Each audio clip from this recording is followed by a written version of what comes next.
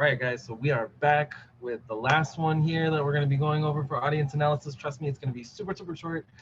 I want to get some rest. I've been recording like all day, so actually I haven't, but it is tiring being on a camera like 24/7. That feels actually with meetings and going to do like faculty stuff and being a grad student and having to do my own classes. So I get it.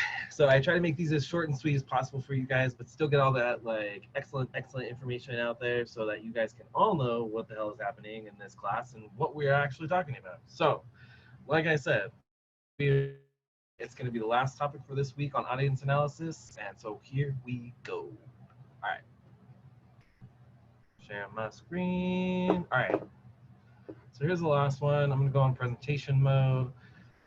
We got Tiny Rick and Morty, and we're going to be talking about the last type of audience analysis, which essentially is kind of more so a nuance to it, like nuance being like it's not really it, but it kind of is it at the same time, and it's kind of like in that gray area of like what it is and what it cannot be. And so that's why I put Tiny Rick, because Tiny Rick is actually Morty's grandpa, but now he's a kid, but he still looks like an old man. So it's kind of like that nuance, that ambiguousness. So we're going to be talking about stereotyping.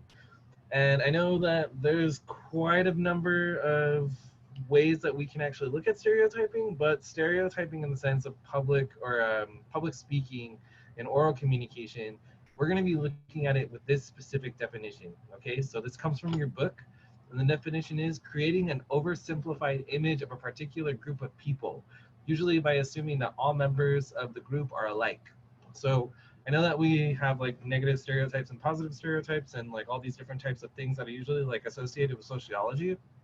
But for the sake of our class, we're more looking at it as a sense of like a group of people that we are giving a speech to, right? So in this class, you will be giving speeches to your colleagues or to your peers. And these are going to be other freshmen. Not everyone is a freshman in this class, so therefore assuming that all of you guys are freshmen because the majority of you is a stereotype. So I don't stereotype any of you guys.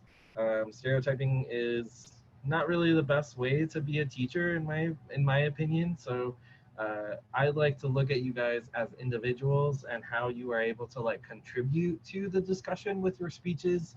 And I see like everyone posting on like the discussion boards and stuff, and so like I greatly appreciate that. I like seeing what you guys are saying, especially in your weekly journals, like getting that feedback just about like me, the way I'm teaching, what you're learning, things like that. If you're telling me that like, dude, Shane, like I didn't learn anything in your class, like this is a piece of shit, like then that is actually a good thing for me, because then I can go in and change it. So that's how I see stereotyping in the sense of public speaking and oral communication.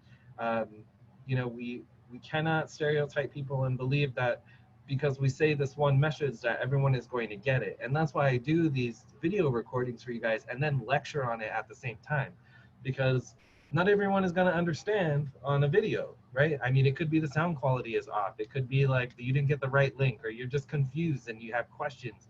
So that's why I do these videos, so that those who do have questions, who do not understand like the concepts or anything like that, or just they just need a recap. Like I want to go over that with you guys, because I know if I stereotyped you guys and said like all of you guys are going to learn the same way, then a lot of you would fail, because not everyone learns the same way. Some of us are hands-on people, and because we're virtual right now, like being hands-on is not really easy. So therefore I make the lectures, so you guys can go ask your questions. Even if we're just like talking about something random, like then I have an opportunity to kind of figure out like how I can lecture better, how you guys can learn better, what's a better tactic for you guys to learn. So for the sake of this class, stereotyping is going to be used in this type of definition, and I'm going to post a discussion board. You guys should have already answered the question that I had posed just now about stereotyping. So I'm going to post up another discussion board. I know I like discussion boards, but I like to know what you guys think. So I'm going to post a discussion board. Let me know how stereotyping has affected you personally in your life, and what are some of the things that you actually have encountered, and how you think that that particular instance of stereotyping has affected the way that you communicate using either public speaking or oral communication, speaking like interconnectedly, right? So speaking with me, speaking with your friends, speaking with your family, how has stereotyping changed that? All right. So I'm gonna go ahead and stop this. And like I said, guys, you are done with audience analysis for this week. You're all good to go. So I am gonna see you guys in the next round of videos. Hopefully they're not super long, but I can't guarantee it because there's a lot of material to go over. So yeah, I hope you guys will have a good one, and I'll see you in lecture.